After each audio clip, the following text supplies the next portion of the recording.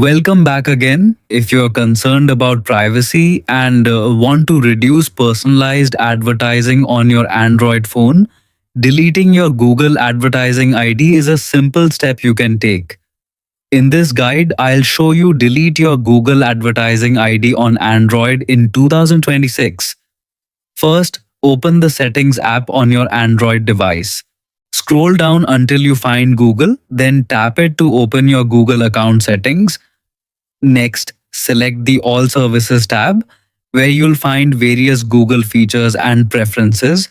Scroll until you see ads, then tap it. Inside the ads menu, you'll see the option Delete Advertising ID. Tap it, then confirm your choice when the confirmation message appears. Once confirmed, Google deletes your current advertising ID, making it more difficult for apps to use that identifier for personalized advertising across your device. Keep in mind that deleting your advertising ID doesn't stop ads from appearing. Instead, it resets the identifier used by many apps and advertisers to personalize ads based on your activity.